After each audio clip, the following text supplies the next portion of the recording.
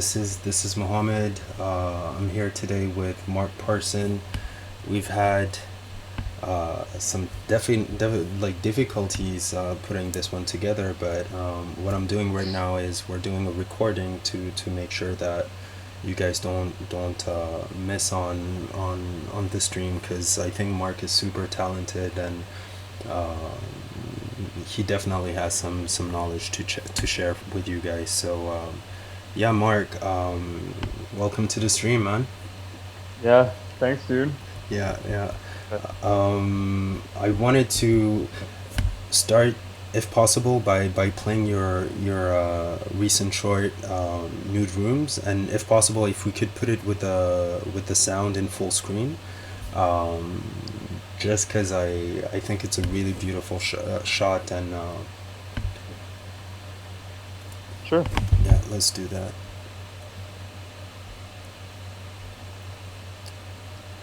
Guess what, Mark? This is a good What? one, but we're live now, so Oh, let's we are live? yeah, Oh, let's shit. just keep Yeah. going. But yeah, we're going to keep going with the short, and we'll pick it up from there. All right, cool. Let's see how long this lasts.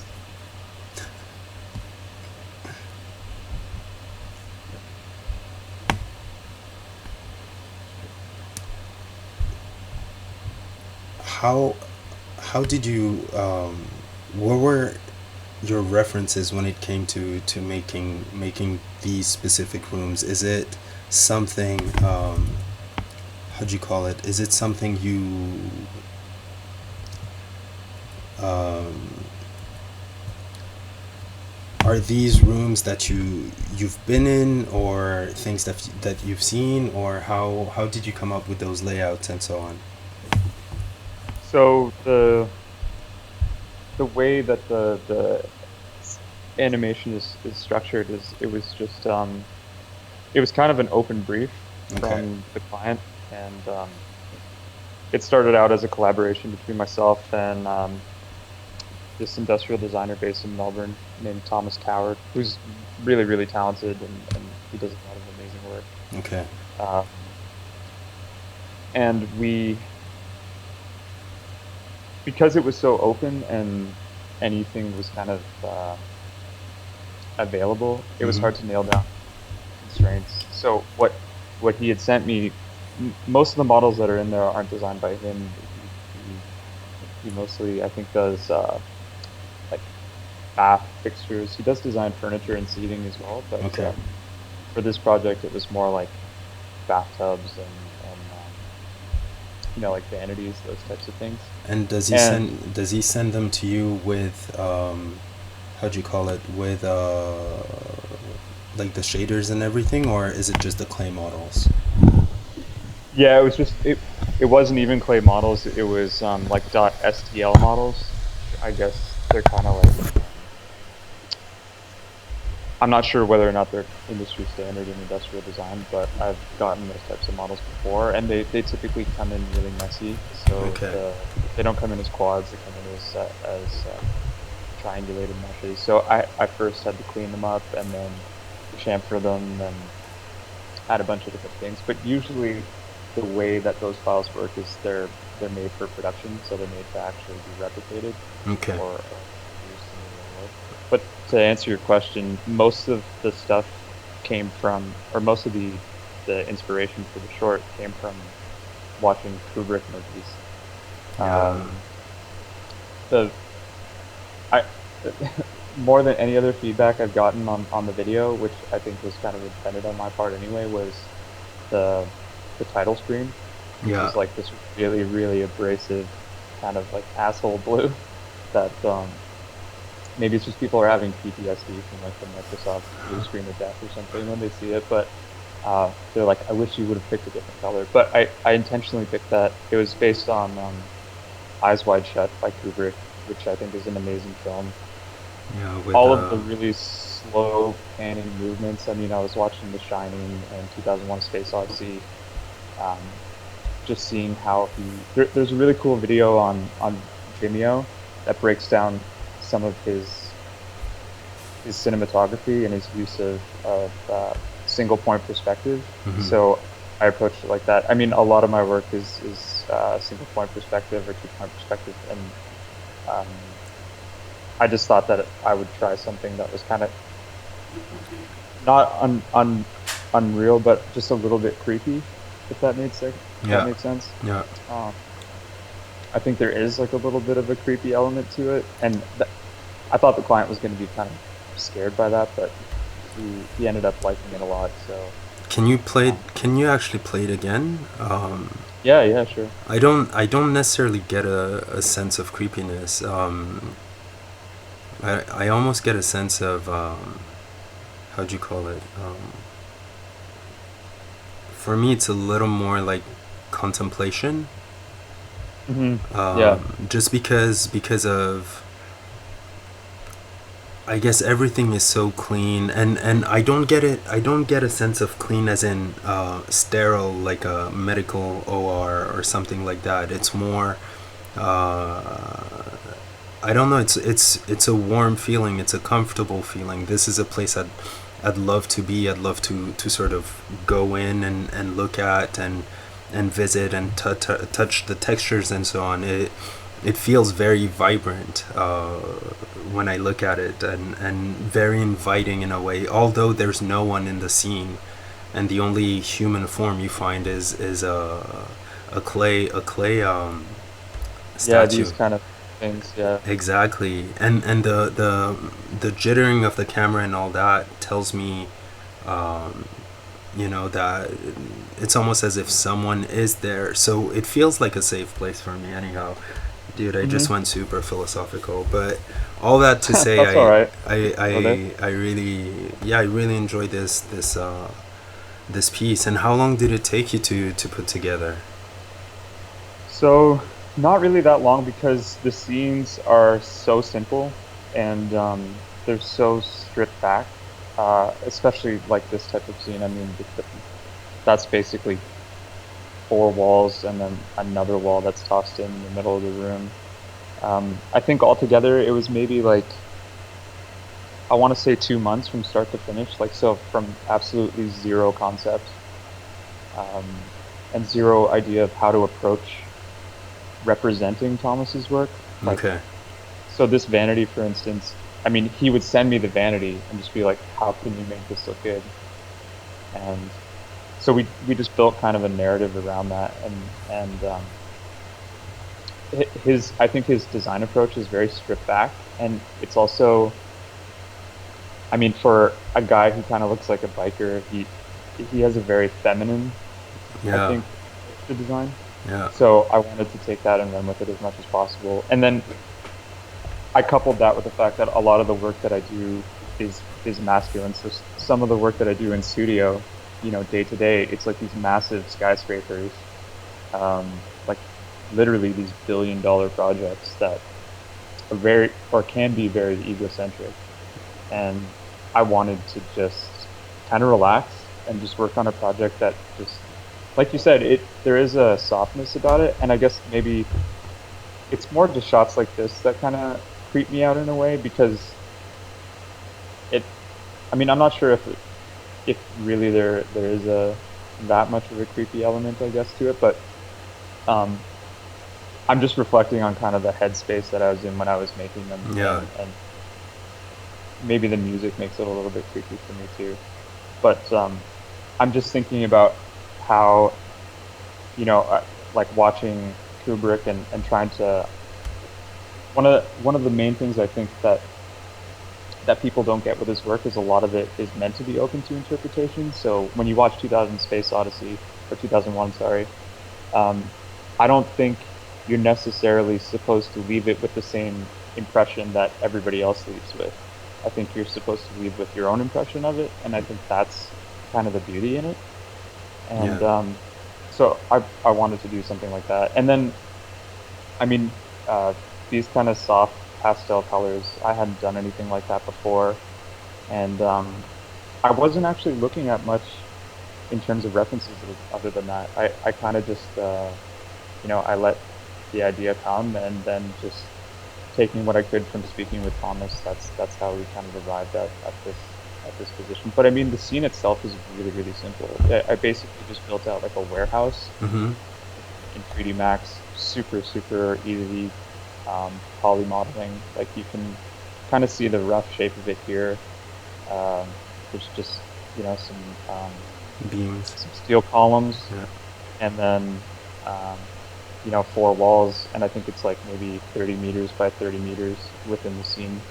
So definitely not, a complex scene by any stretch of the imagination. Yeah, it looks beautiful. How many scenes are there exactly? How many rooms are there in the short? So I think if I can describe, so this room is actually part of this room, and it's on, it's just in a different area. It's in a different corner, Okay. and even I had watched, or I had looked at a bunch of Danish photography before I had started as well, and that kind of got me going in terms of understanding how I could represent the space itself, or I guess create this space that doesn't really exist.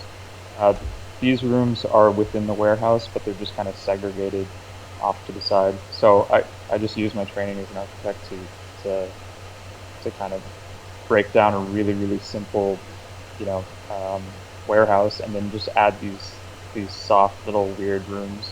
I think this one's probably my favorite, just because it's so different. Like just having this type of tiling Mm-hmm. that, floor to ceiling. I mean, I made the ceiling the exact same, um, and these are tiles as well. It's not just like one texture. So the entire thing is tiled out, and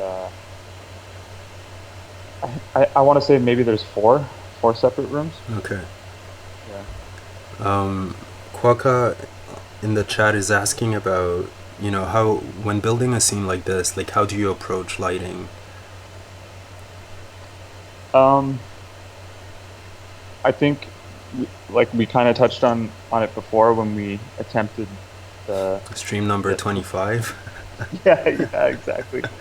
Um, I mean, it really just all depends on on what you want out of it. Mm-hmm. So, I mean, if if you have a good idea of what the end result is going to be in your head, and I think everybody who's creative is like that. Mm-hmm. I mean, the challenge is not, obviously it's challenging coming up with ideas, but then translating that to, paper or a computer, that's the hard part, because it never ever ends up exactly how you're imagining it. And you feel like the way that you first imagine it is this really pure idea, and part of the frustration is just fleshing that out into something, like an end product. Yeah. Or I don't want to say product like as in the commercial sense of the word, but like, a piece of work that you can be proud of. Like I know if whether I'm designing a building or a lamp, for instance, it's never going to end up how I first imagined it, and there's a disappointment to that. So I think lighting, especially in 3D, is about two things. One, it's having a really, really good core concept of what you want the end result to look like, and Mm-hmm. then it's also understanding that you have to kind of experiment at the same time, because there's all types of different variables that you're not really taking into account. Um, the only thing that's really beneficial though is that you're working in 3D, or at least I'm working in 3D, so you have absolute control. So anything that you can think of, you're kind of just limited to your imagination. So it, in a commercial sense, you kind of just go on what the client is suggesting, I guess. Mm-hmm. But then I kind of take what the client says, whether it's in my studio job or outside and these types of projects, and I definitely take their suggestions seriously. But then at the same time, I know what I want out of it, Yeah. so it's finding a happy medium between that as well. Um, and interior lighting, I think, is a little bit more difficult, at least in architecture, than exterior lighting, because you want to control how the light is behaving in the space. Um, so there's a lot of points to consider, but yeah, usually I just approach it from a simple idea and then just work with it from there, and then it turns into its own monster after the fact. But aren't I haven't. I'm not at the point where I'm really dealing with lighting heavily in CG, but um, like I've done like I basically I would approach it in the same way I approach photography, but Mm. let's say if this was to be staged, as a physical space, and you'd have your kino flows and your tubes and all of that. Do you is that how do you approach it in the same way you would in reality, or do you actually take advantage of the fact that 3D uh, really gives you like this infinite uh, resource? Like you could add 10,000 microlights if you wanted to, and get that specific thing. How do you go about it? I approach it from, I guess, a very minimal standpoint. So I work with as little lights as possible, Okay. and I try to milk them as much as I can. Okay. So I know before the days of GI, or anyway, and this is before my time. I mean, you would look at scenes from people, and it would look. Let's say there was a scene that was set up like this. I think most of us would be surprised if we looked at the lighting um, that I have in my scene, and then the lighting that they would have had maybe 10 or 15 years ago. I Yeah. mean, it's radically different now. You can get away with so much in terms of environment light. This scene, for the most part, is lit with not even a sun. I mean, it's so I use Corona for this, and I just tossed literally a Corona color into the environment slot within 3ds Max. Mm-hmm. So outside is just pure white, and that's what a lot of photography simulates. I mean, most photography that you look at in Vogue, for instance, particularly this type of photography, like interiors, or if they're trying to showcase a product, for instance, Yeah. like there's a really good website called yellows.tk, and it's a Danish photography site, and I base some of the work off of this. But if you look at the way that they light spaces, for instance, It's pure white. it it's pure white. So, you know, that's really hard to achieve, and I think there's a level of mastery in that type of photography and set design. Mm-hmm. Uh, but to achieve that, 10 years ago or something, you probably have a bajillion lights. But I just tossed pure white into the environment slot, and then I think for one or two of the scenes, I used a Corona sun with a really large size multiplier, just so I would get really soft shadows, Mm-hmm. because most of it was about softness. And yeah, so I think some people would be shocked if they looked at the scene just to see. I mean, maybe later on I can open the scene and just show you exactly how it's constructed. I still have it, obviously, um, but it's very, very straightforward.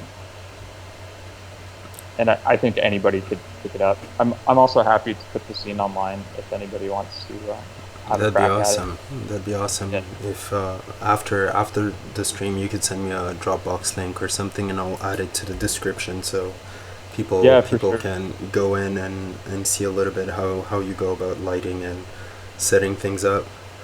Hmm. Um, yeah, this my second. Can we go back to some of your work? So Yeah, you mainly do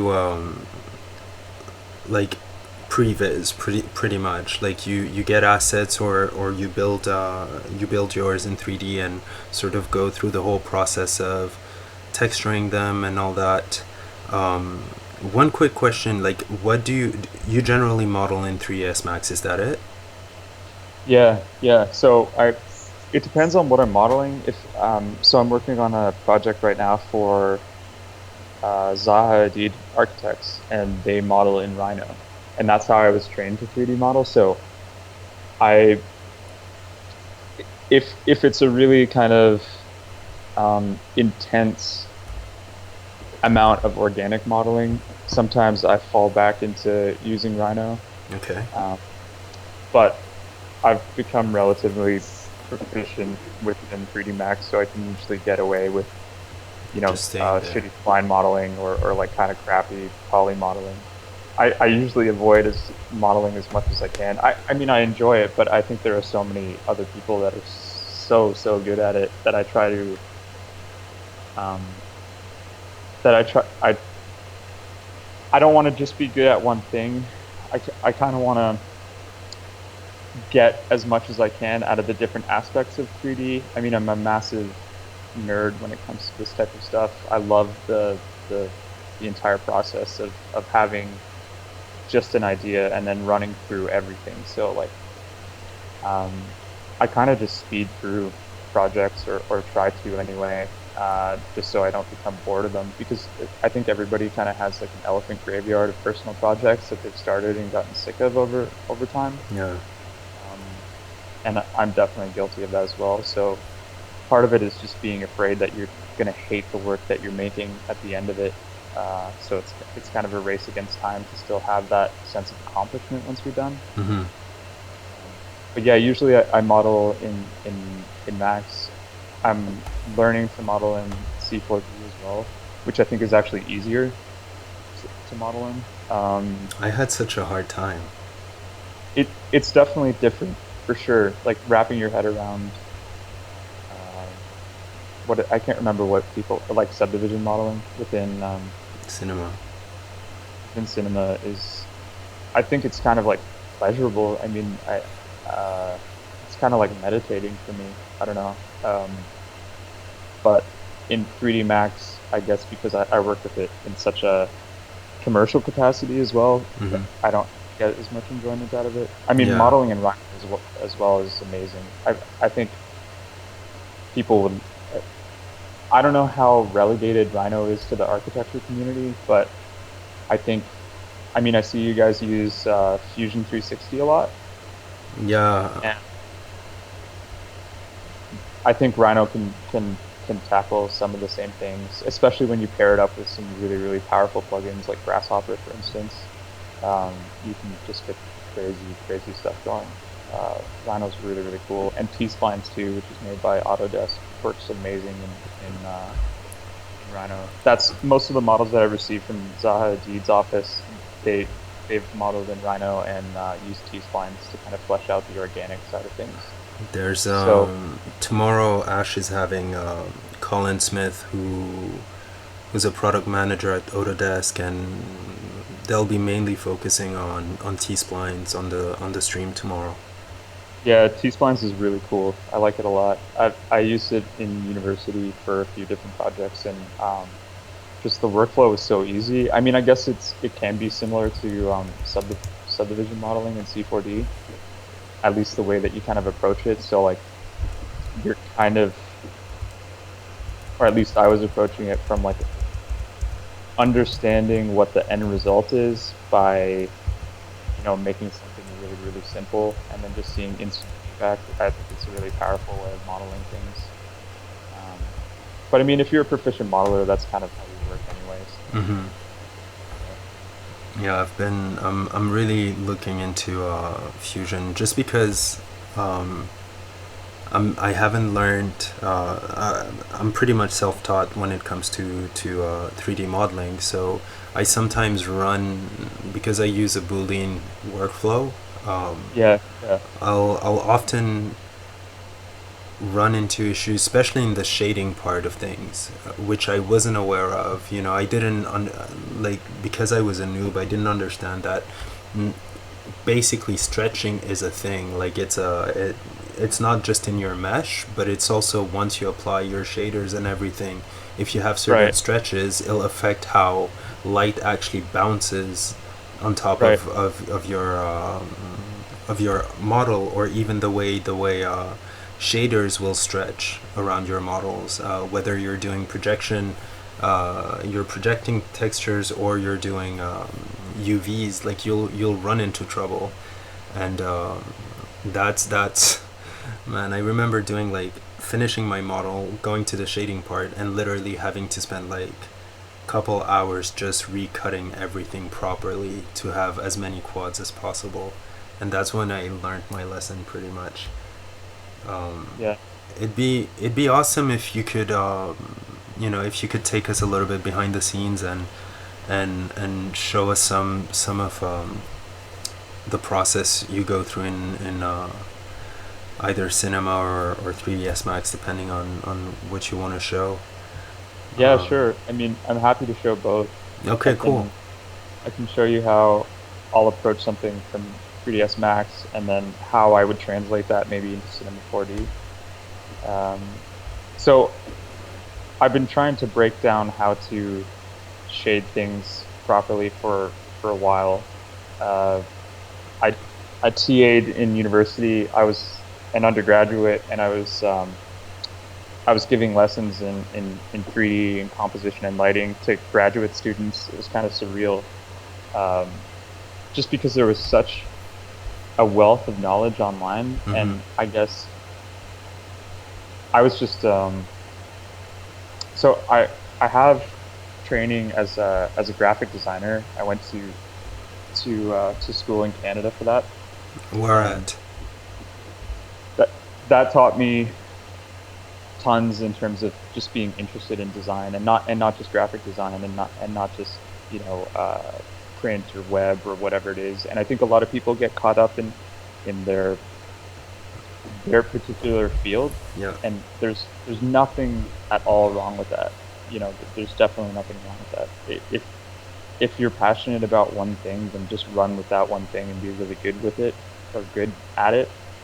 Um, but I think because I get bored of things really easily, um, you know, I've dipped my toe in photography, in graphic design, web design, industrial design, architecture, obviously, 3D, just everything. And it's kind of like there's this really famous architect named Philip Johnson, and he has a famous quote. I'm definitely gonna mess it up, but it's something like he's kind of like the slut of architecture, because he started as a modernist, and then towards the end of his life, I think he died when he was maybe 97, something like that. And he was still producing work, like he was still a designer. He turned into a postmodernist, Okay. and he was, I mean, he definitely wasn't the greatest architect of all time or anything, but he was just really good at taking lots of different sources and then just channeling that into his own work. And I think that's, you know, sometimes it works for people and sometimes it doesn't, but it just depends on the type of person that you are. But for me anyway, it's better if I have more sources of inspiration than less, or narrowed sources of inspiration. Mm-hmm. Um, so we can maybe break down these scenes, and I can show you how simple this is. I mean, it's really, really basic. There's nothing amazing at all to the scene. I mean, I have some of these steel channels, and some windows here.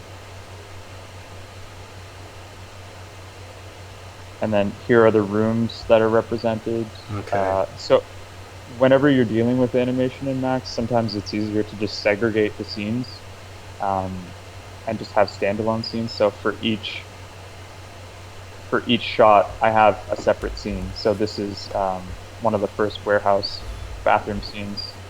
You can probably tell from the, you know, just from my viewport which one it is Yeah. in the video. But basically, these are really, really simple. So I'll just bring up my material editor.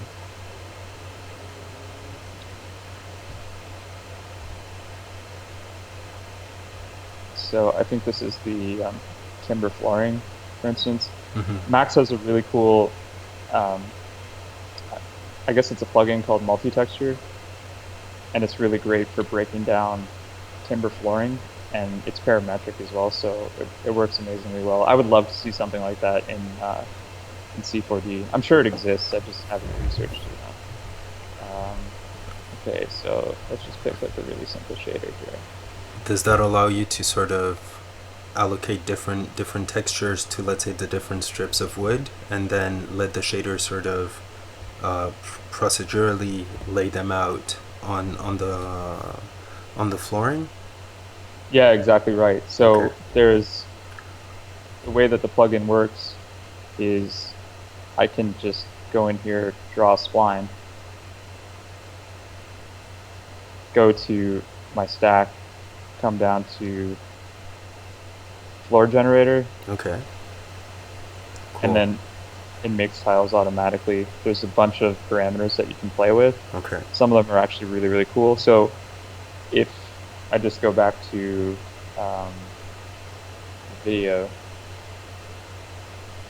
you can see all of the different places that I've used it. And it used to be such a pain in the ass too, because like the people that made it, they were putting it up for free. So I understand that there wasn't much development on it. So it's being used here. It's also being used, well, this is the same space, so it's being used there as well. It's being used here, Okay. Oh. here. It's even being used in this room. So this entire room is using floor generator. And it's just a simple way to kind of get tiles going in 3D Max. You don't have to, poly model them yourself. Can And you, then, when you're doing them, like, can you set the length and width of oh yeah, yeah. Okay, cool. So here are your parameters, and it's under board size. You also have the ability to make hexagonal versions, Oh. chevron patterns. So I can change that. Yep, basket weave. These are just kind of like common architectural parquet floors. I think this one's my favorite. It's pretty rad. And then you can change the size in between the tiles as well, which is cool. That's You awesome. can change the extrusion level, For the chamfer, backsplash and all that. This is pretty awesome. and then obviously you can change the rotation per board. What else? You can change the offset of them to make them kind of crazy. This one's my favorite though, tilt. So you can make them tilt up. So you can get really, I mean, I've seen people use it for, even making like environments and stuff, because you're getting that arbitrary randomness Yeah. that you can, and then you can play around with it after the fact. So it's really, really cool. And now it's not so limited. It used to be just a script, so you would have to run the script each time, and then it was really, really buggy as well. Just gonna kill autosave. So that's how I base everything. And then you've got this companion map. So I'll just go into Corona and show how you can make these really simply. This is the Okay. plugin's texture. And then if you go into its parameters, it's made by CG Source. They make really, really nice maps as well. And they have multi-textures that you can download. So you can download like 20 different floorboards. And feed it through that node.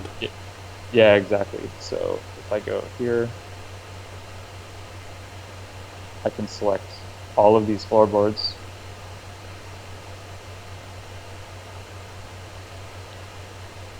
Comes through here. That is sick. And then you can distribute it via material ID, which comes in handy if you've modeled something yourself with multiple different IDs. You can distribute it via object if you have multiple objects. So if these were all detached and they were different objects, it would still apply. You'd have to UV map them, but then you can use Mercantile for it. Usually, because this generates random material IDs anyway, you can just leave it at the standard parameter here, and then you can change the seed. The coolest part though, I feel anyway, and how you can get lots of variation, is you can change the randomness to the gamma, and you can see how that updates Oh wow. here. So they're all the same shade, but so if you only have like 4 textures, for instance, you can make it seem like you have way, way more just by changing that value. And then even though the texture itself is repeating, the gamma isn't.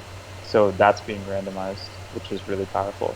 And then you can change the hue, the saturation, you can lower the blur within here as opposed to opening every single map within 3ds and then lowering that down. Yeah, yeah. Um, and it's just, it's really, really simple.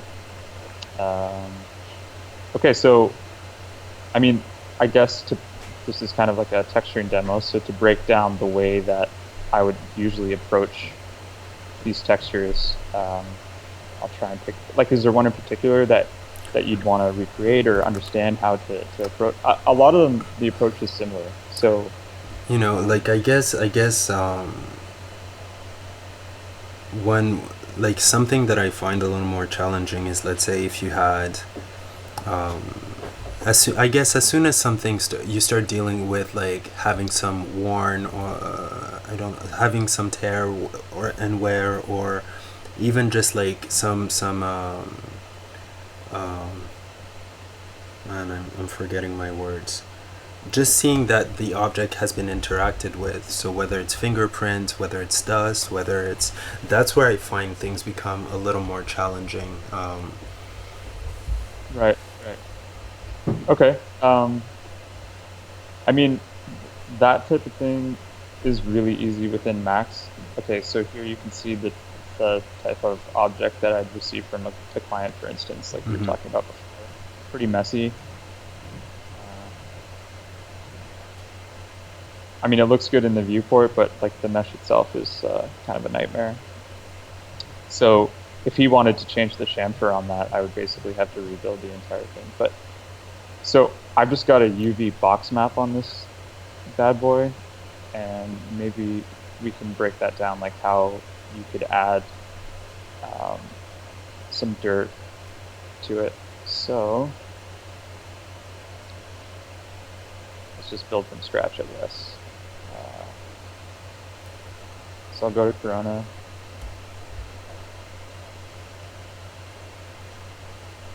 And I was saying this in one of the first times we were talking live, or trying to talk live anyway, that usually I just try and understand, like, how reflective something is. And that's one of the first considerations. So how do you go about doing that? So now inherently I kind of just understand how materials behave, or at least I understand it to the point that it works for me in the end. So I mean, I've definitely used Bertrand Benoit's materialism tutorial. I think that's one of the best tutorials on breaking down the understanding of how textures kind of work, and not so much textures, I guess shaders, how real world materials work, and then how to simulate them. It's like a 2-part series, right? It's materialism 1 and 2. 1 and 1.5. I'm actually going to share them in the chat right now. Yeah, I mean, those are amazing. Making that little plastic Eames chair texture is really, really cool. Okay, so I think because wood is, for me anyway, was the easiest material to approach in the beginning because it's used so heavily in architecture. Yeah. And at the time anyway, renderings were really, really crude.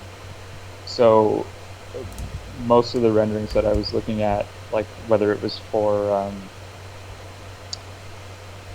really, really big architecture firms like Big, for instance, maybe we can see some of them.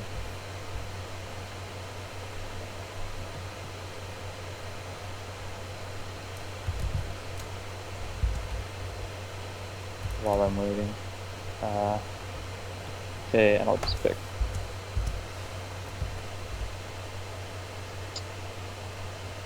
What should I pick?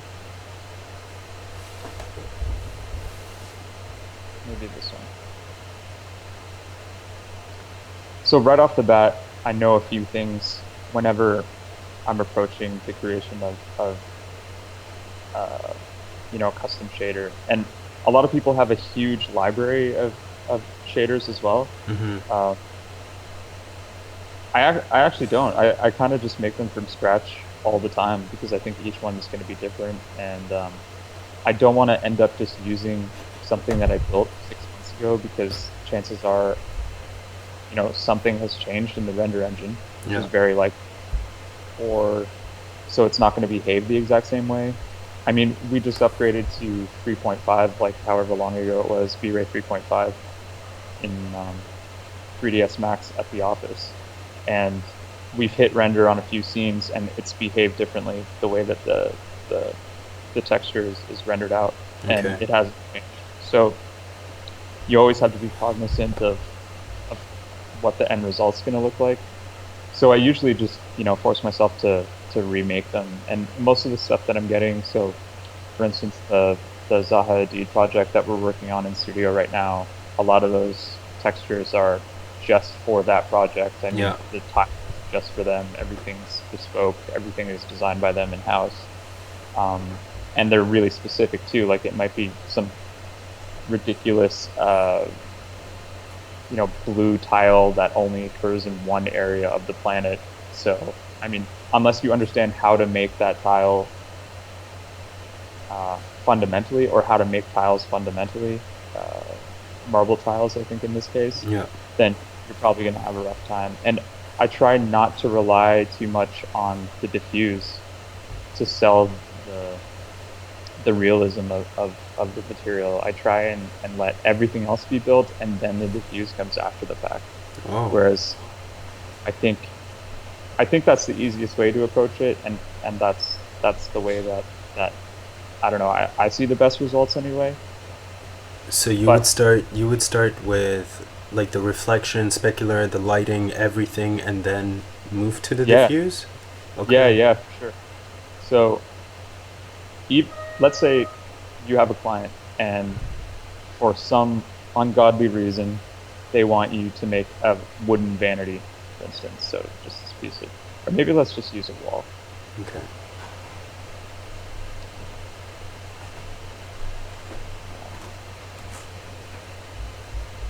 Actually, you know what? Let's challenge ourselves. We'll use the vanity. Um, because it's such a shitty piece of geometry as well, it's probably best to use it. Sorry, Thomas, but it's bad. Okay, so what I would do firstly is try and break down how much information I can actually get about the material. So, like we were talking about before we went live, in the office, we're sent materials all the time. So we'll actually receive the physical Object. piece of wood, or like a sample from the manufacturer, so we can stare at it, photograph it, see how it reacts in sunlight, how does it react in ambient lighting, how does it react when you're looking at it from glancing angles. Then you can kind of get a base judgment of how it behaves in the real world and in multiple different scenarios, instead of just making like a studio scene and testing. And there's definitely nothing wrong with that, but Mm-hmm. um, I mean, I've definitely used, so Bertrand, for instance, he's got like a free scene where you can download a shader ball Yeah. and test out shaders, but that's like an ideal studio lit environment, you know. And a lot of the spaces that we're working with, they're small residential spaces that don't have a lot of natural light, so you can make the shader, bring it into that small residential scene, and then it's going to behave completely differently. So if you don't have that base kind of fundamental understanding of how the material is going to look in multiple scenarios, then maybe you're going to be in for a bad time. But again, it depends on what type of work you're doing. So, for us, it just seems to work better this way. Um, Yeah. Most tutorials and just one second. yeah, no worries. Maman, tu veux descendre s'il te plaît?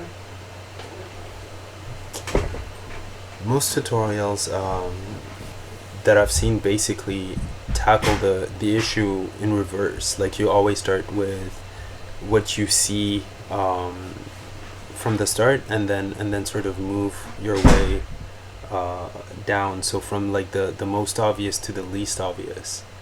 Yeah, yeah. And I think that makes sense in a lot of different applications for sure. I mean, I've seen conflicting information in the same way with lighting. So if you're lighting a small interior scene, which um, doesn't have a lot of natural light, and maybe it has a lot of artificial lights, a lot of people will say, okay, so start with the largest light, like the overwhelming environment light that's going to be in the scene. Yeah.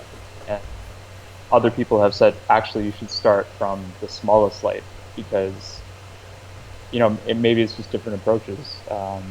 Maybe you want to understand, maybe it's easier to understand how something behaves when it's small, like a candle in the dark, because everybody knows how intense a candle can be in a pitch black room, right? Yeah. But if the sun is shining, like, do you know how intense a candle is in a room where it's really, really sunny outside? Not so much, because that's not how you visualize how candles work, really. Yeah. So with lighting, I usually approach it from the smallest light or the least scene affecting light first, and build my way up to the environment light. I mean, I still have an understanding of what the end result is going to be in terms of lighting. But I use that approach with shading as well, and it just seems to work well. So in Corona, and we can do this in C4D as well, because I think typically in Octane it works even better at illustrating that. Okay. Yeah. So I'll stop blabbing and just show how I would actually approach this. So let's say I get this model and it's really shitty, and then the client sends through this one texture, and maybe it's a little bit low res, which happens all the time in architecture.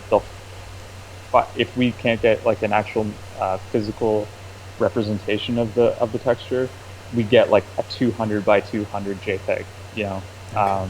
and they're like, make that, and it's like, okay, well, we're going to have to make it from scratch. So let's pretend that this is the only thing that I have to work with. Okay.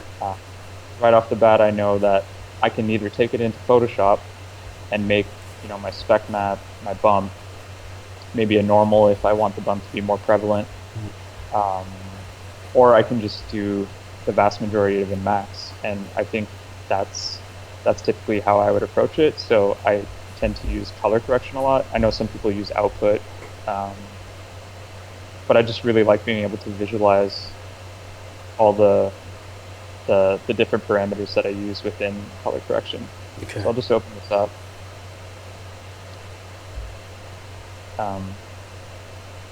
Okay.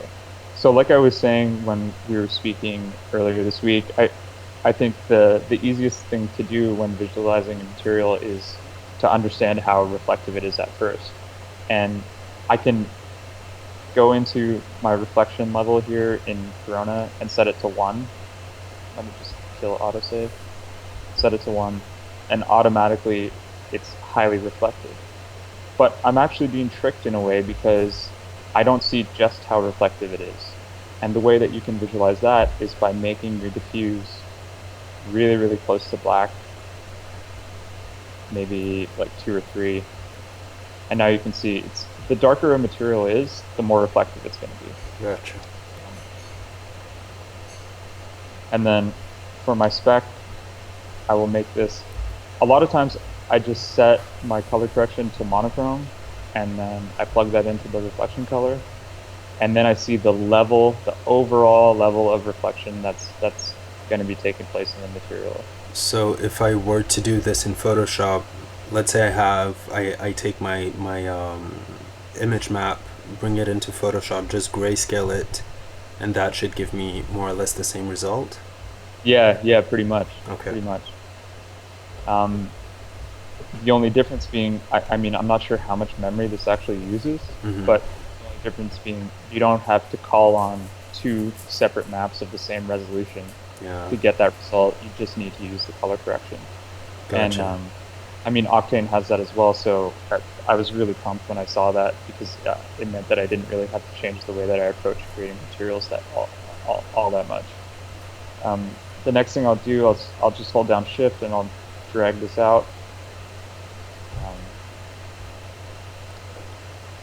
So when this is set to 1, right here in the reflection map rollout, that means that it's using this at 100%. So Yeah. no other information is being used at all. Okay. And I play with these all the time because sometimes, you're not getting the result that you want to achieve. So it's like bump, right? Like if I'm plugging, I'll just do this really quickly and then explain it after the fact. But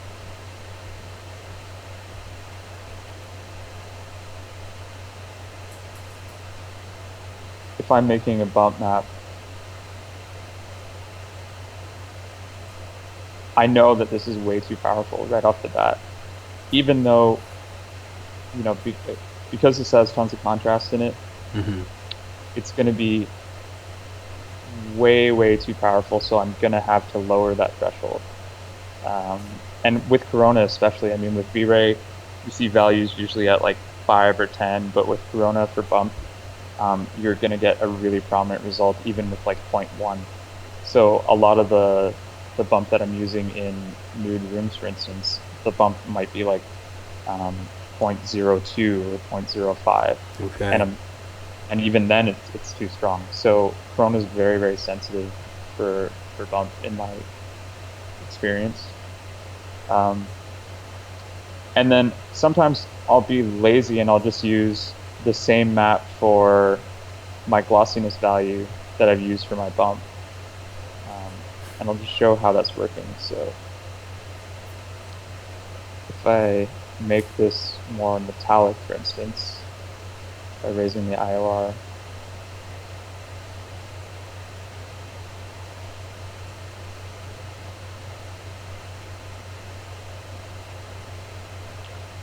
you can see that I'm getting a very, very pronounced result Yeah.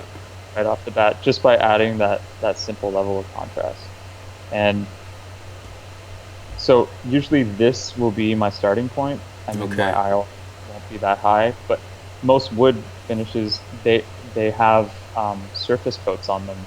So it's not behaving the way that wood looks if you were to chop down a tree, for instance, right? I Yeah. mean, there's a finish on top of it. There's sealant, there's tons of things, and that has a different IOR altogether than just wood. So even though you're using like a wood, or you're making a wood shader, maybe your IOR is going to be like that too. I mean, that's really high. That's almost like the level that titanium is at. But I would probably settle somewhere around like 1.6, 1.7.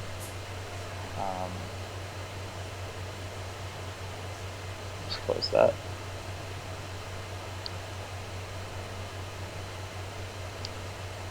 So for those that don't know, the lower you go with your Fresnel, the less metallic a material is going to look, or I guess conversely, the higher you go, the more metallic something is going to look. Okay. And Corona now uses um, physically based materials, whereas before you would see materials with an IOR of like 900, Oh wow. which is crazy, or like 25, which doesn't really exist in the real world. Mm-hmm. And someone was asking recently why Octane limits you to 8. Well, it's because, I mean, I think the index of refraction for diamonds is like, 2.4, 2.6, something like that. So um, it's good to be grounded in reality a little bit now in terms of the IOR that's used. And And that also helps limit the mistakes whenever you're creating shaders, having something reflect way more light than it's receiving it, and vice versa. yeah, yeah, absolutely. So even though this looks absolutely nothing like wood, I know that I'm not even halfway there yet. So depending on the finish that I receive from the client, I will kind of check this out as well. Then plug in my diffuse. Or if I don't think that the diffuse is properly representing the way that the material actually, or to word that a little bit better, so we'll get like an image of a material, so timber, for instance, something like that, and Okay. they'll just send us a JPEG, and then we receive the physical piece of timber, and it Mm-hmm. doesn't look anything like the JPEG or the photograph. And then we're kind of left to decide, okay, so do we base it how it really looks, or do we base it on the image that they sent through? What's the client's idea of how this should be represented?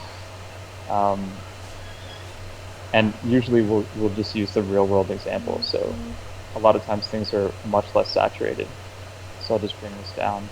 Okay. And then if you if I'm losing too much of the yellow tinge, then I will just change that to compensate, you know.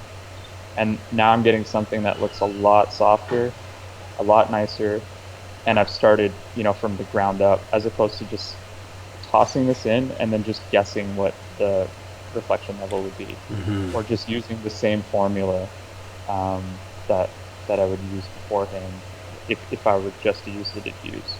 So you can see that now that we're getting the color information into the diffuse slot, um, even though this is like highly reflective and doesn't look anything like wood, it's a lot more realistic looking now, you know, because you're sorting out the hardest parts first. You're tackling the most challenging part from the get-go, Okay. and then you're slotting in the easiest part at the end. And And that's usually how I tend to approach it. and Go when, ahead. like right now, when you plug in the image map into the diffuse, basically the reason why the the black shader that you had before plugging it in becomes less reflective is because when it takes the information in, or let's say if you had a shader, if you had actually created another shader that you would mix for the diffuse, the roughness of that shader would be higher, and that would sort of tone down the reflection. Is that it? Yeah, I think so. I mean, I'm I just think trying to think because I'm just trying to apply the logic in Modo, and I think it would work slightly differently. Um, but yeah, I think that might be one way to do it. I've just never started from the lighting, and I find it really interesting because, like you said, what I generally have the hardest time with is getting those good reflections and uh, that roughness map like properly laid out with like making it seamless and so on. Um, mhm. Yeah. Yeah, I mean, I think there's definitely value in approaching it from the opposite standpoint too. And I mean, you can achieve a similar result if I delete those maps and all I have is my diffuse here. Um, and I'll just start from scratch again.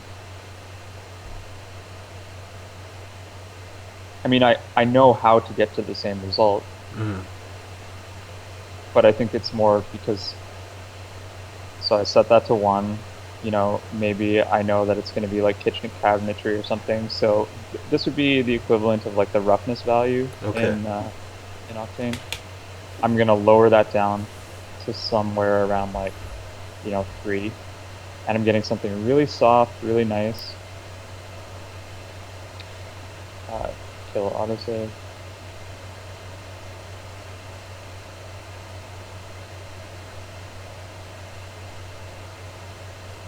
And you can see if you didn't have the diffuse, then you wouldn't Okay. really understand what's going on because That's okay. Perfect. That's exactly what I was trying to figure out. But seeing it now without just with the clay model,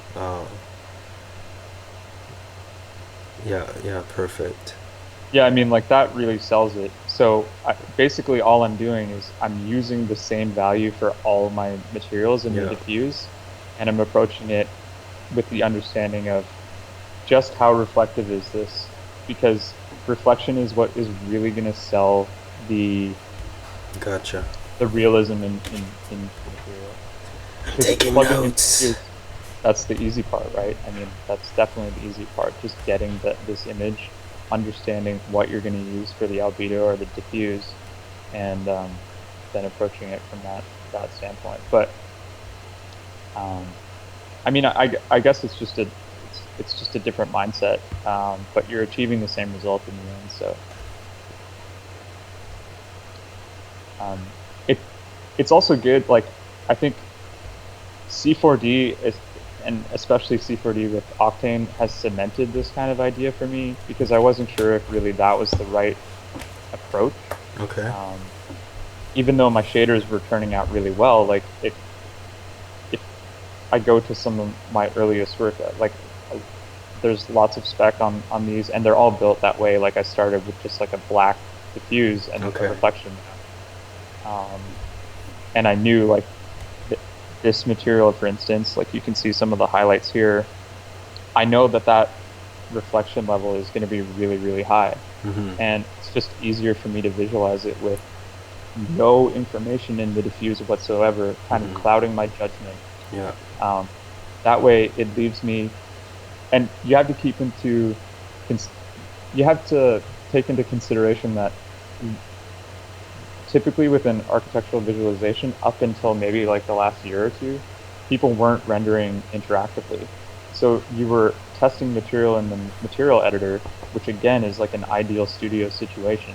And then you're tossing it into a scene with different lighting, different GI, and you're expecting the exact same result, but it's not going to work like that. Mm-hmm. But if all of your diffuse is exactly the same and you understand the level of reflection that's going on, um, at at its like core value, then you might have a better understanding of what's going on, and then that requires you to render it less times to see how it's behaving in the scene. Yeah. Because right off the bat, you're squashing how reflective it's going to be and how much light is going to bounce off of it. Um, but I mean, you can illustrate that really, really easily in C4D. Like if I have a glossy material that's white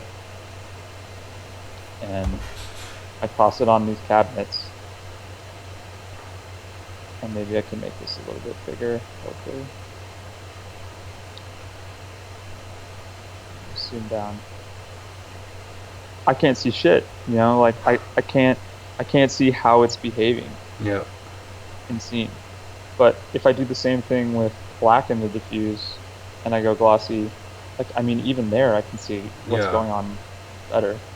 And I toss it in here, you can see right off the bat how reflective it's going to be. And Yeah. your diffuse, once that plugged in, I mean, it's still going to be the same level of reflectivity, regardless of what diffuse is plugged into it. So just getting that out of the way first, I think is a really important way to work.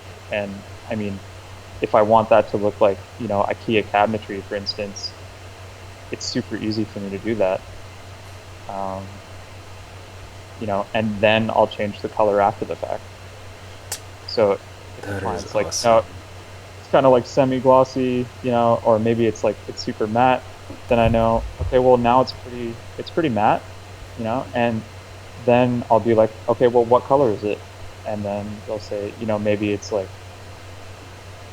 something ridiculous, like baby blue sound crew, pick that, and you can start breaking down the material further after the fact. Yeah. But it's definitely worth it, at least for me, to see where the reflection lies first, and then kind of start tackling the other parts, which I think are easier and funner. Like Yeah. getting a really, really cool diffuse map and building it in Photoshop, for instance, is something that I nerd out on all the time. So it's not like I have anything against diffuse maps at all. It's just No, but you're you know right. It makes it so much easier to visualize because I generally have to turn sort of render the map and look at the map in my glossy map or my roughness map in black and white and try to like get the right grayscale that I need to then be able yeah, to yeah. and it's that's like just doing this is such a little hack that can Hmm. get all of that out of the way because then like you said you can take care of your fingerprint your roughness maps and all of that, and once you're happy with it on just a black shader, then you can tackle like the diffuse or the bumps and things like that. And Hmm. yeah, And yeah, go ahead. the really important thing to understand, and I guess this is where like um, architecture kind of helps a lot with this base understanding about material creation, is that almost everything has a finish on it, unless it's, natural. Yeah. So, and a lot of the things that we're creating, they're obviously not natural by virtue of the fact that it's computer generated anyway. But if if you're making like an interior scene, or in your case when you made that like super rad gun that you made, I mean you're not going to find that out strolling in the woods. I Mm-hmm. mean, if you do, then that's a bit sketchy if you find random like weird guns. But um, like if you're buying a lamp from IKEA and you want to toss that IKEA lamp into your interior scene, it has a finish on it and it has a coating on it, and that coating behaves differently than the color of it, you know, because the color is under a layer. So like wood is the best example, I think, of understanding this. That's why I always like when I was teaching at university to the graduate students, that's how I approached it, because all the timber that you're receiving from manufacturers, or it all has some sort of treatment, Mm-hmm. right? Like it's not just like raw wood.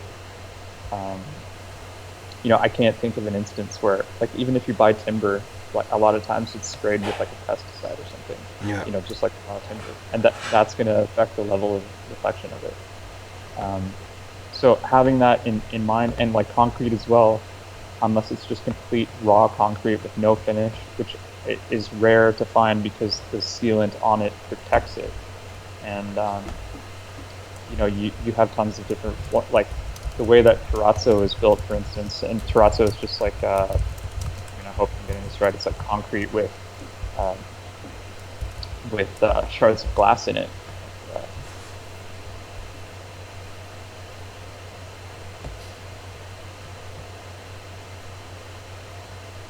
and that's one of the materials that's in nude rooms. I mean, so I'll look at references all the time and I'll just do exactly what I did, like terrazzo, and then I look for a window. That's the first thing I look for, because I want to see how light's behaving when it interacts with it. Okay. It's not so much the color. That's the easy part. Finding that map on textures.com, that's the easiest part of the equation, I think. It's more so understanding, if I get a reference, I'm not looking here, I'm looking here, right? Because I know that if I just toss this into a material, if I toss the reflection into like just a black diffused glossy material um, in C4D, for instance, I know that I know what to look for in terms of the reflection. So if I go into the node editor and I go to roughness, you know, I know that it's not going to be that, because that's pretty much mirror Yeah. reflection, Yeah. right? There's definitely a level of blur that's not reflecting exactly how it's behaving. I'm gonna, you know, pump that up. Maybe it's even less than that. Maybe it's super subtle. I think it's even less than that. And now I'm starting to get that blur. So right off the bat, like the hardest part is done for me, right? Um, so that's why I approach it from that perspective, and I think it's counterintuitive for sure, Mm-hmm. but it's helped me really understand how to make materials at least a lot more effectively, and a lot faster as well. Like I can definitely approach it a lot faster. Um, okay, so like if I sorry, go ahead. No, no, go ahead. I'll ask it later. Yeah, sure. So if I want to make like a layered material or blend material in Octane, that would be like a mixed material. And again, a lot of these are kind of, if you have like a foundational understanding of how to approach these, you can apply it across all platforms. So that's why it's easy for me to pick up multiple different render engines, at least from the perspective of um, maybe not like the render settings themselves. That's usually the most difficult part to kind of wrap your head around, because each engine is a little bit different. Um, it's programmed differently. Yeah. But in terms of material creation, there, um, at least Corona, V-Ray, Octane, F-Storm, and even Mental Ray, a lot of them behave the same. Um, so you can approach things.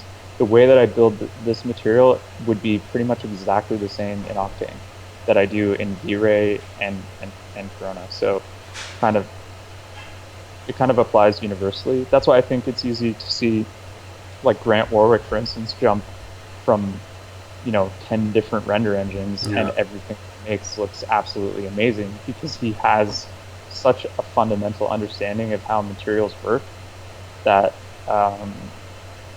he's always going to be able to figure it out, because it's just it's like it's kind of like how Picasso at the end of his life was trying to make drawings that like little kids made, right? But Yeah. he still could draw things that were almost photorealistic. I mean, if you look at his early work, like some of his self-portraits are absolutely amazing, Yeah. and they're almost like romantic looking. But it's having that core foundation that allows you to break the rules after the fact. But you still need to know the rules to begin with, I guess. Okay, so I'll make this timber material really quickly, and then you can ask questions or interrupt me. Feel free to go ahead. Yeah.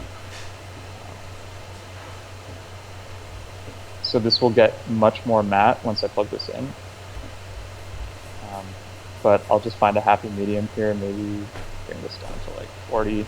So I'm gonna get a really, really soft, subtle texture. Yeah. And I think Nude Rooms was all about that as well. It was just like bringing things really, really down.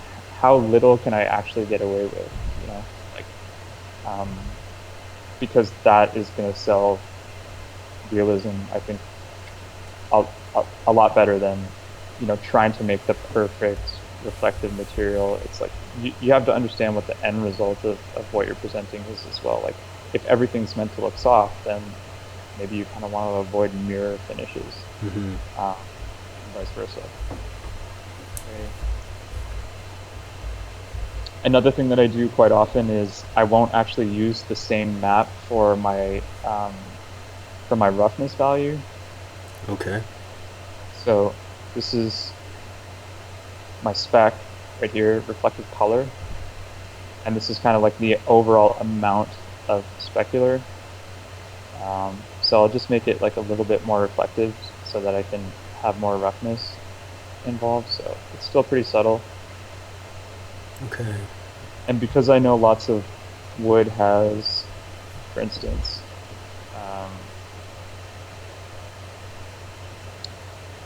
treatments on it, or sealant, for instance, I'll use a different map altogether, or I'll just use like a mix map. Okay. So I'll go standard, and maybe let's just use like, I think Corona has one that works pretty well. Corona mix, yeah, so top, and then bottom. Is there a specific reason you have one on top and one below, or? I mean, you can play around with it, Okay. but usually I put the one that's being fed from my diffuse into the top, Okay. and the kind of the disruption map, or like the imperfection map, goes towards the bottom. Okay. And then, I mean, you can mix this however you want. You can add noise to it, and that's going to give you a pretty cool result, because there's just more variation. You can see the difference. Like everything's pretty flat here, but once I feed noise into the mix, it's a bit cooler. Yeah.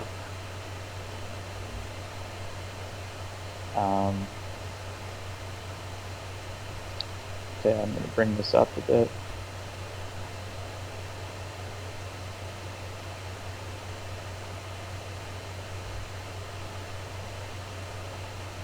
Oh, it's my reference. So this value, at least in max, like usually your reflective glossiness value, or I think it's the same as roughness anyway. You typically want that to be mixed a lot less. Like I never really leave this value at 100. Sometimes it hovers around like 25, and I'll just plug that in here. And keep in mind, like there's not even bump dust in here yet, and we're still going to get like a really, really nice result once this renders out. So you're seeing, Wow. you know, really, really subtle reflections of like these plane lights. Whereas if I just plugged in my diffuse map with a bunch of contrast,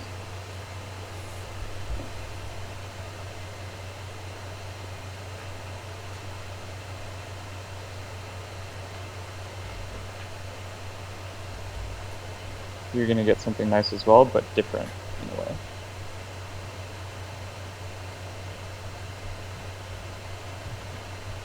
So this would be more like, you know, if you want to make it seem as though this wood has a lot more creases, then you're going to use the information that's mostly in the diffuse. But if you want to make it look as though it's been treated and it has a coating on top of it, I think it's much better and much more subtle to use this type of workflow. And maybe you'll be able to see it a bit more evidently. Okay, this might be the best on the wall. And it's also about experimentation as well.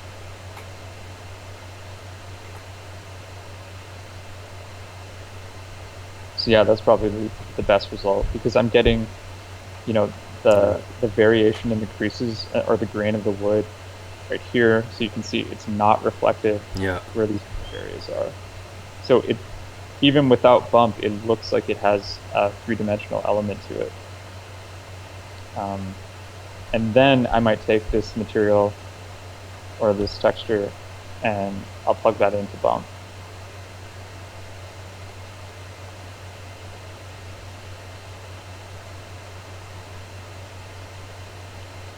Is there a specific, not a specific and sort of must rule, but is there a certain rule when it comes to bump? Should you use, let's say, the same map that you would use for the roughness or for the specular? Is there any sort of thumb rule when it comes to that? I mean, I guess the rule of thumb would be that you would typically use, I mean, I see a lot of people in ArchViz anyway use the same map for the reflective glossiness or roughness value that they use for bump. Okay. And I mean, you could, the best thing to do would be to make probably a normal map, but ain't nobody got time for that.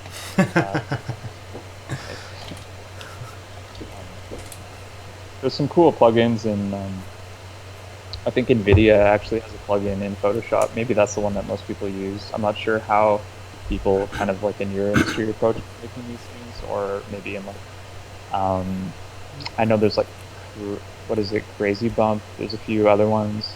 There's I know in the latest versions of Photoshop, if you go to filters 3D, I believe you can generate like in 2 seconds either a normal map or you can generate a couple maps just from the click of a button. Like height maps as well. Yeah, like I definitely know you can do normal maps. I think you can do bump maps and perhaps another one for like a roughness map. I think you can do those two or those three. I just stumbled upon it like not too long ago. Yeah. Okay, that's cool then. I knew that there was like a built-in for making normal maps in Photoshop. Yeah. I just haven't used it. And normal maps are kind of tricky in 3D Max because some of them have inherently different gamma values. So like Corona's really amazing because you can right-click in the Max viewport, go to Corona Converter. So a lot of scenes that you'll get are already in V-Ray, for instance, and Corona will just, with the click of a button, convert your entire scene, lights, shaders, everything, to Corona, and it's just like completely seamless. That's why moving into Corona as my primary render engine was so simple. Pretty much the script here saves the day, but they have a parameter for you can check the gamma on normal. Okay. Normal bump maps. So you can see it says checks if the gamma warning is displayed and switches the add gamma to input checkbox. So I mean, what that basically means is if I get a V-Ray material in here and it uses a normal bump map, it's going to automatically convert it to the proper gamma value that works well in Corona. Because sometimes you'll get really weird. It just won't look correct when you render it out. Like the bump map won't behave normally. So most of the time I'm just using grayscale maps in my bump slot, and Okay. that's it. But Corona has its own standalone um, normal map, so you can Feed that plug through this and in, okay. yeah, feed it through, and then in here you can see add gamma to input. I will help you out. But usually, to answer your question, I just use grayscale, and for the most part, it's pretty similar to what my roughness map is going to be. Okay. Um, it might have a little bit less contrast if I want the bump to be more subtle, Hmm. but yeah, typically they're pretty close. So if I wanted to add, um, a level of wear and tear to this type of thing, I would just drag out a Corona layered material, which is right here Okay. in the Corona materials thing, and it works pretty much exactly the way that the Octane mix material works. Okay. So what I typically try to do is not like, I know that the end result is going to be me copying this material, probably making it either darker or lighter, and then feeding that into whatever my mixed or secondary material is going to be. Hmm. But the first thing you kind of have to do, because this is being projected onto um, a model or a piece of geometry anyway, is you have to see how it's being distributed. So like, I'll usually just grab a Corona material, I'll keep the reflection at 0, and I'll just make the diffuse either like black again, or something really, really obscene like red. Okay. And from there, I'll see how much red is being distributed on here, and where it's being distributed, and how can I affect that. Okay. So for your mix parameter, which is right here under mask, there's a couple of different ways that you can distribute that. But usually what I like to do, at least in Corona, is use, and I think, I can't remember what Octane calls it. Jumping from program to program here. Okay, let's get a mix material.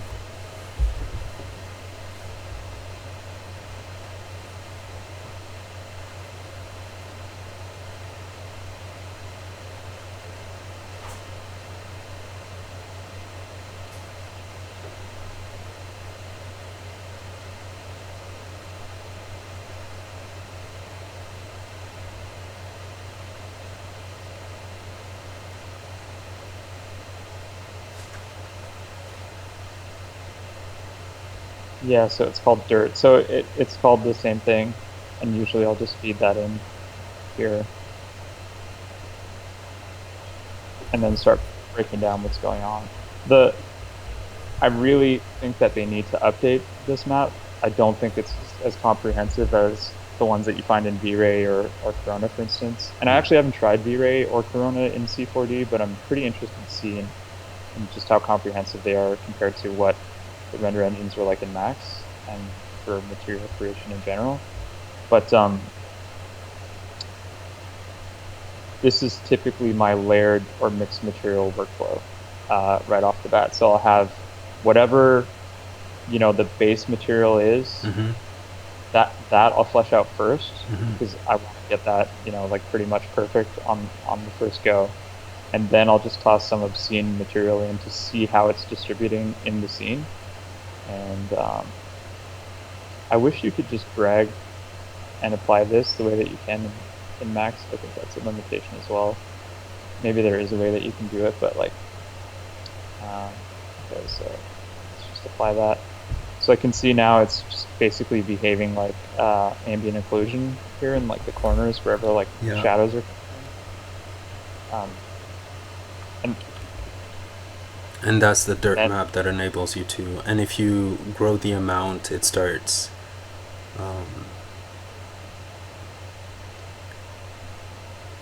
so yeah, you can get instant feedback. And I Okay, mean, the cool. reason that you picked a ridiculous color like that in the diffuse is so that you can visually understand immediately what's going on. If you make two photorealistic materials and one is slightly darker than the other to show where, I mean, you're in for a bad time because you're just going to be, zooming in, seeing how it's behaving, seeing how you can affect it. But if I know right off the bat that like I only want to see maybe 10 centimeters of this, it's really easy for me to gauge that if it's, something I've seen.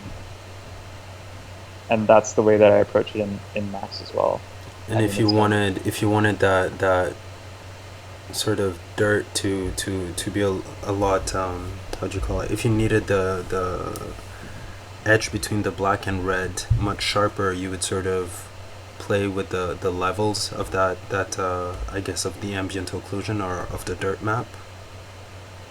yeah, yeah. Wait, so can you repeat that? Sorry. So How if you wanted to get the bleeding between the red and the black material to be sharper, how would you go about doing that? is it just deep? I'm not sure what the parameter is in Octane. Is it maybe strength? Yeah, so it looks like it's just strength. What's tolerance do?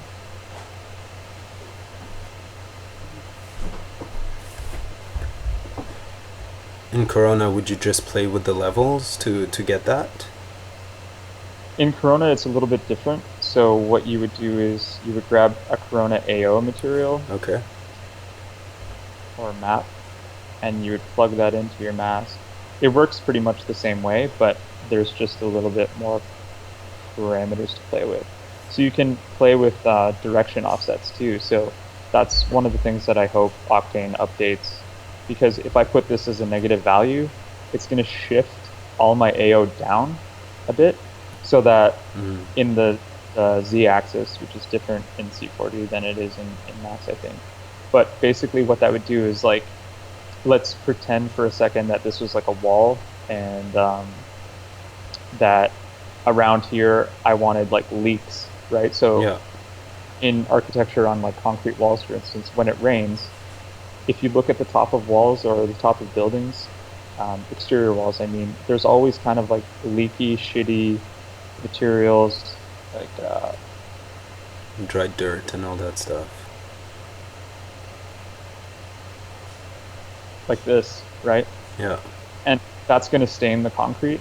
So by putting that that Z offset, all your AO is going to be up around here, and then you can plug in a map for that, which basically tells it instead of having like an overall kind of fade into the AO or the dirt, it'll be receiving information that'll say, you want it to behave exactly like that. So if I go to like textures.com,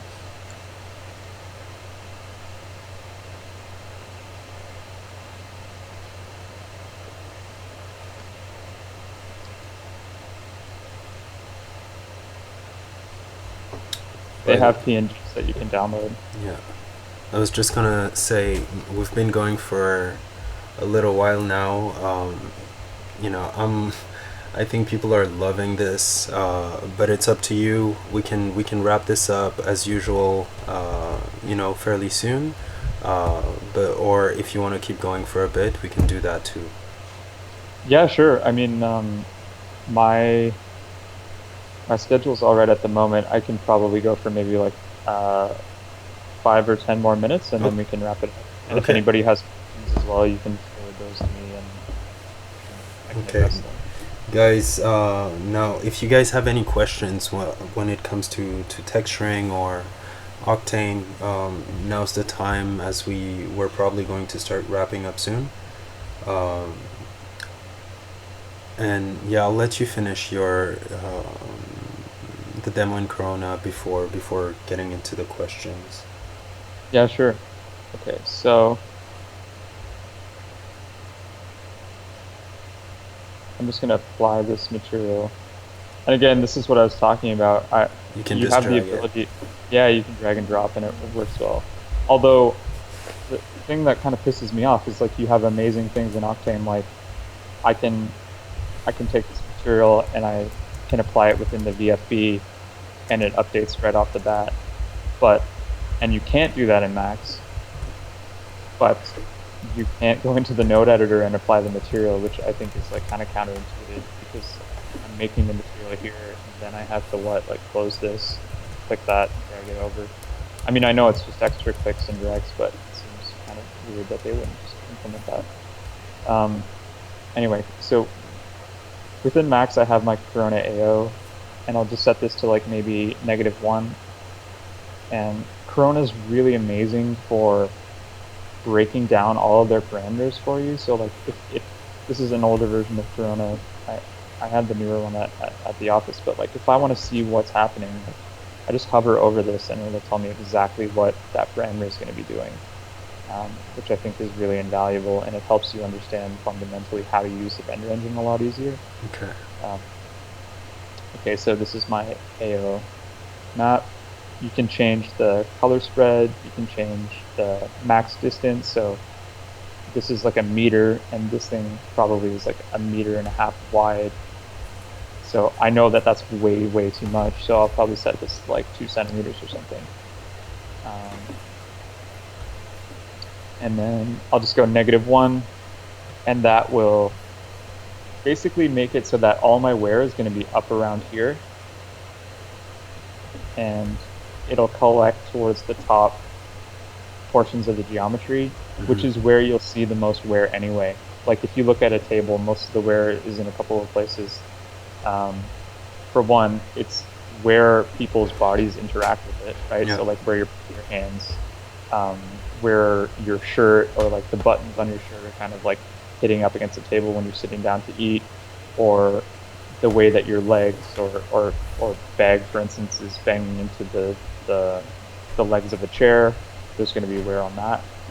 So it's just important to always understand how objects are interacted with, and that's going to give you a better understanding of, you know, how to approach making these wear and tear maps, as opposed to just like the gun, for instance, that you made. Like Yeah. most of the wear on that is going to be, you know, if it's put into a holster, right? Yeah. Or when it's being held.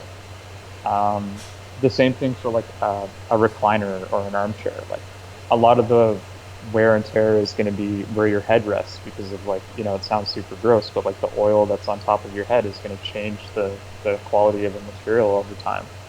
The same way that when you know, you touch your MacBook or your laptop or something, there's going to be a fingerprint on the top of it, right? Like your body is going to change the composition of materials.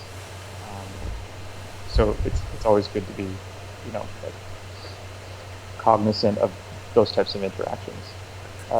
And basically those areas, you know, you're talking about the reclining chair. So the area where you always have your elbows, your arms, your wrists, and Yeah. the back of your head, are those areas generally, I'm guessing, less reflective, right? If it's the back of where the back of your head is touching, it's going to be more reflective, because the oil is going to transfer onto that Gotcha. fabric. Gotcha.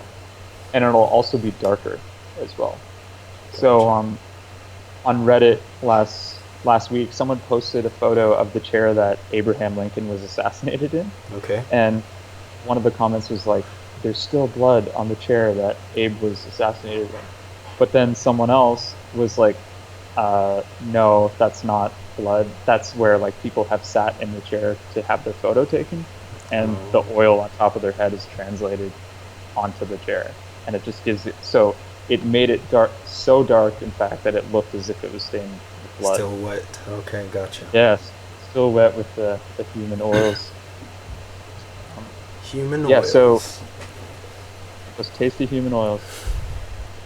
Okay, so again, like this is pretty much good to go for AO, but if you want to get fancy, you know, you want to have a little fun, you can start feeding in information to the dirt map or Corona AO map. I think they just called it that because V-Ray has V-Ray dirt, and they're like, okay, well, it's basically ambient occlusion, so it's just, avoid being sued maybe. Um, I don't know if that's true, but I think Corona and V-Ray are in an arms race right now. It's very interesting to see what each company is putting forth. And Corona is free at the moment, right? Corona was free, I think, up until maybe a year and a half ago. Okay. You can still get the alpha. I think like maybe alpha 7. You can still get that for free, but there's no updates for it. So there's since been amazing changes Okay. to Corona. Okay. I recommend anybody, and maybe Mohammed, I can send you the link to it. Corona has this feature in their engine called the Corona Light Mixer, and Okay. it's changed my workflow like fundamentally. It's absolutely amazing. Yeah, there's tons of different tutorials on how to use it, and that's like, I can get into that, but it's just a complete rabbit hole. It's really, really cool though. Basically, you have complete and total control of every single light that's in your scene as your scene is rendering. So you can, like, it's crazy, man. Like it's so good. I'm interested to see I'm interested to see in how V-Ray responds to it. Maybe they've implemented something like that in 3.5. I've been so caught up with learning Octane and going down that rabbit hole that I haven't even looked at 3.5 yet. But yeah, Corona's really doing some amazing work. Okay, so to feed into this dirt map, like the best thing to do is to, approach it the way that we've approached it, where we've just used these shitty, obscene maps Yeah. and change the parameters that we know how it's going to affect the geometry and the distribution of the map first, and then you start plugging in, additional information into how the map is being distributed. Gotcha. So like, if this was just a base material and not a layered material, the workflow would be a bit different. So like, you can use this in a different capacity as well. Like, if I don't want to use a mixed material and I just want to use one simple material, so I'll just apply this onto that geometry and I'll see how it's affecting it. Okay, so it is unwrapped already, which is good. It's just kind of unwrapped in a shitty way. I think it's just box mapped actually, but you can see it here. So the best way to do that would be so it depends on the type of wear as well. So typically, like, if you're just brushing up against something, the wear is going to make it lighter. Yeah.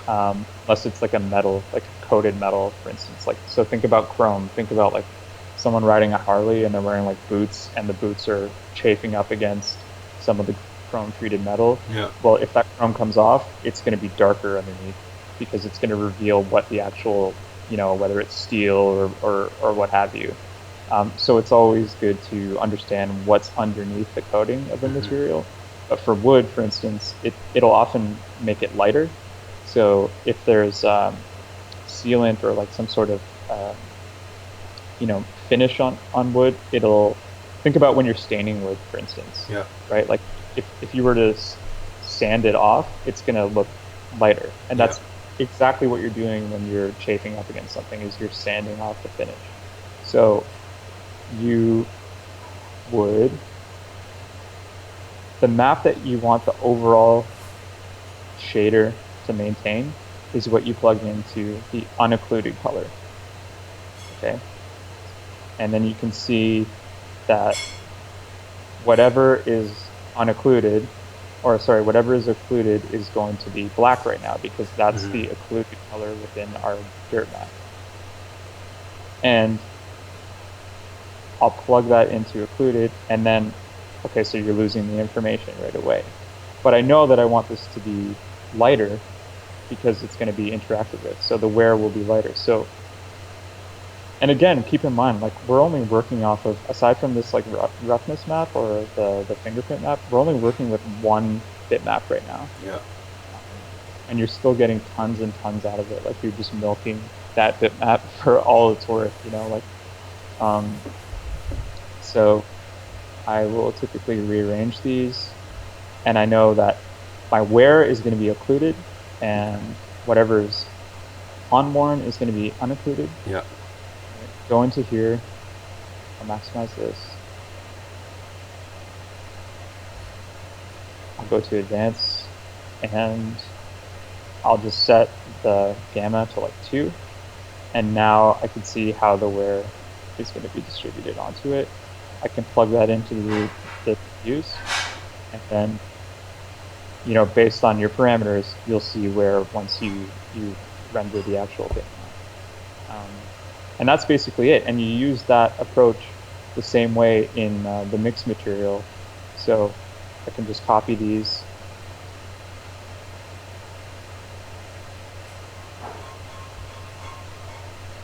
Gotcha. Plug that into my mask, you know, and then the last parameter you have to deal with is distance. So, I mean, typically, if you're using totally different materials, like one's going to be red and one's going to be, you know, wood, then you wouldn't use that. You would just have information that, like, maybe this was like a sanded piece of furniture that was painted red at one point, and the vast majority of the red finish is removed. Then maybe I can go into here, and because I have that information of the grooves from my original map, I can feed that into the AO distance map. And then everything that's black is going to show up red. Yeah. Within that prescribed distance, though. So only within a 2 centimeter distance. Okay. So don't be afraid to plug this in and think that it's going to affect your entire geometry. It's only going to affect it within whatever you've set that value at. That's why it's important to tackle that first and understand how it's going to be distributed on the geometry beforehand. You can also use noise, which is really valuable to use as well. You can use those these leaky textures like PNGs that are masked out for you already and plug that into the distance. Mm-hmm. So like if this comes down like 5 centimeters or something, and that's what your max distance is set, you'll only see red Gotcha. wherever this is black. And it's just approaching this from, you know, the ground up that gives you total and absolute control of how your materials are acting. And yeah, that's basically how I approached almost all materials. I mean, we haven't gotten into metals, but I think metals, you know, you kind of approach them the same way. Even it's just we'll have another stream for the metals, if we can. Yeah, if the internet allows. No, but this is awesome. This really, I mean, I don't know for people in the chat, but for me it helped me a lot. Just I think that trick of starting with like a black shader and sort of testing your reflection first until you're happy and then moving to the rest. For me, that's a big hack that I'm definitely going to put to test, because I felt like I was having, once I had my diffuse, I was having a hard time understanding how the other materials were affecting the shader, because I was looking at everything at the same time, but I'm also trying to figure out a clear process, which I haven't yet. So as soon as I start adding a few maps, sometimes I lose track of what affects what and what is how are they affecting the shader. Yeah, and I mean, I think if you approach it that way as well, you're going to get a lot more out of the stuff that you actually put hard work into, right? Like a lot of people are making amazingly complex models. They're doing incredible amounts of intense, I don't want to say maybe the word labor, but like they're really making amazing things, and then they're unwrapping them, or, you know, maybe they're making the materials in substance or whatever it actually is. Like, so let's say I'm making some crazy hard surface model in Max. I go through the trouble of modeling it, learning how to model it, and then I'm tossing on, shitty shaders over top of it. Like Yeah. it doesn't matter how complex the model is, you're not going to sell it. It's not going to translate well, despite the effort that you put in. Yeah. And I think the worst trap to fall into is like to go through all that trouble to unwrap your model to you have the unwrapped maps that you've output from Max or whatever software that you use to model in, and then you're making these complex maps that are unwrapped in Photoshop, for instance, or ZBrush or what have you, and then you're bringing that in, you're feeding in the information, and you're expecting, an amazing result, and it falls flat. Like it's better for me at least to approach it from a fundamental understanding of how reflective or how it's going to behave in the real world, Hmm. and then use the stuff that I've put the real effort into, like my diffuse maps, and then you'll see the difference, like once you plug those in at the end. But I think the problem with shaders, or at least the problem with doing so much work and going to the trouble of unwrapping stuff, is you toss in the diffuse, and then um, you're kind of tricking yourself, right? Yeah. Because you're you're saying, I made this amazing thing. Why doesn't it look amazing? And why isn't it translating to how I had it in my head whenever I was like making this map? And it's like, just build the damn material, man. Like, first, like, how is it made? Is it fabric? Well, like, fabric's going to behave differently, so you have to build that material from the ground up differently than how you're going to build this glossy type of like coated cabinetry. Like it's just going to be a different approach, and hammer that fundamental approach first, get that understanding, and then put in, the beautiful, creative, amazing things that you've made and unwrapped and invested so much time in. And that's when you're really going to see like an incredible result, and you'll surprise yourself too. It is counterintuitive for sure, but I think it works. Wow, that was an epic stream. You have a couple questions. We'll try not to push it any like too long, because I know it's been a long stream. But Joe's asking if you've tried Cycle for Blender. Have you ever tried that render? Yeah, I tried Blender when I first started. Is Blender still free as well? I believe so. Yeah, I think. Yeah, I've tried Blender. Is Cycle their built-in render engine? It's a I have Cycle 4D, I believe, was released by Insidium, who are behind X X Particles. particles. Yeah. Yeah, okay. No, I've seen their. So I have X particles in the office, and I use it quite often, like day to day. Especially right now, I'm working on a couple of really cool projects. Um, and I've seen the Cycles render engine, and it looks like, pretty much tailor made for X particles. But no, I haven't used it. I haven't used Arnold either, and I'm really excited to try that because it Arnold looks like kind of, it reminds me of Corona. Like you can get really, really subtle, like really soft. I've seen some clay renders come out of Arnold that just look absolutely amazing. Like the GI looks really, really nice. So no, I haven't tried it for Blender, but I'd be interested in trying it for sure.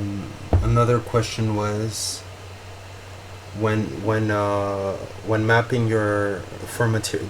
Wait, do you use planner or world projection mapping for materials, like in general? Uh, in general, world. So, um, well, I guess I'm trying to think about it in terms of 3ds Max. So like in 3ds Max, there's a default, so you can bring your maps in and use real world scale. I never ever use that. I always just use the UVs, Okay.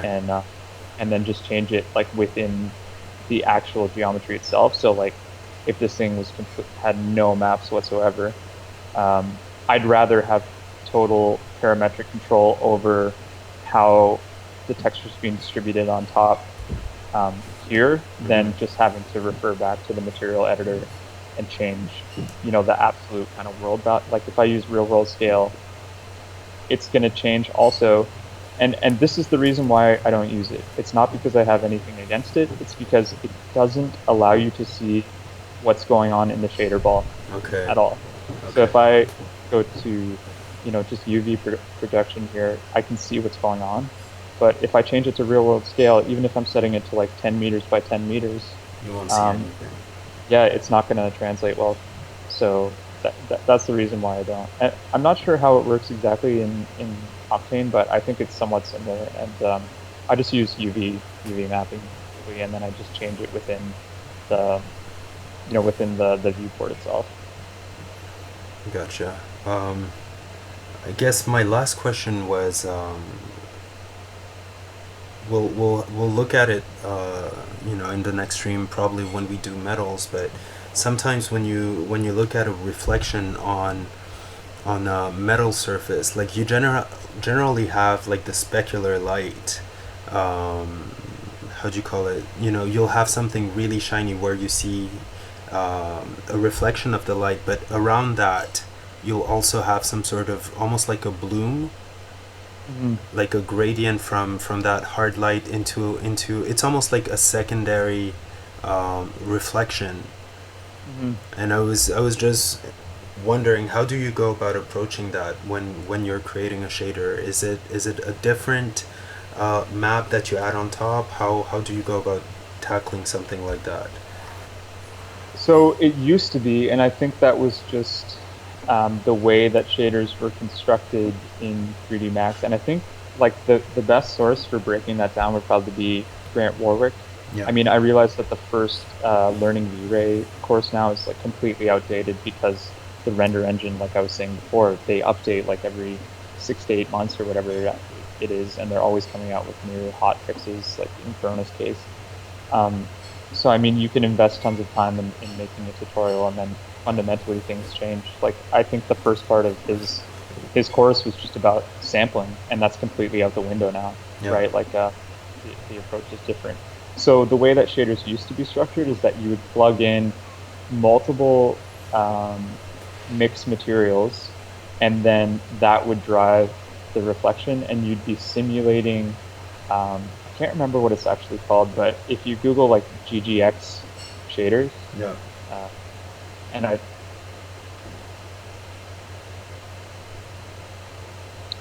yeah, so GGX shading model for metallic reflections. So that's pretty much exactly what you're talking about. And there's a fall off in the reflection glossiness or the roughness, Yeah. and you can see it simulated here, which I think touches on what you're saying.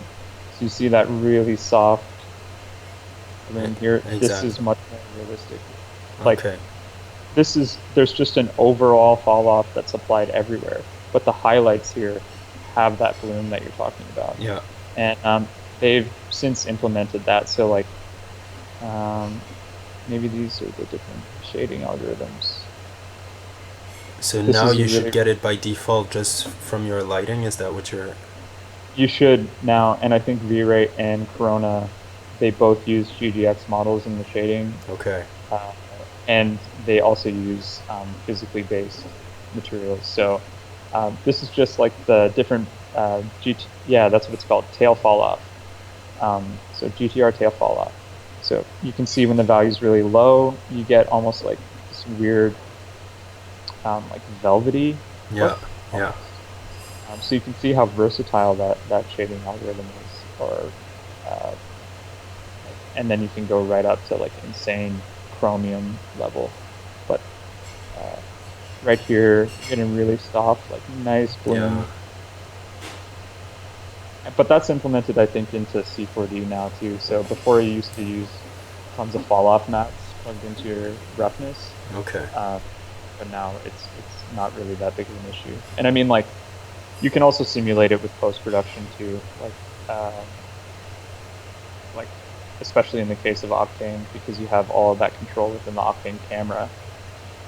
I'm getting quite nice reflections right off Yeah. the bat. Yeah. And if you wanted, you could maybe feed like a fall off texture or something into here. Close this for now.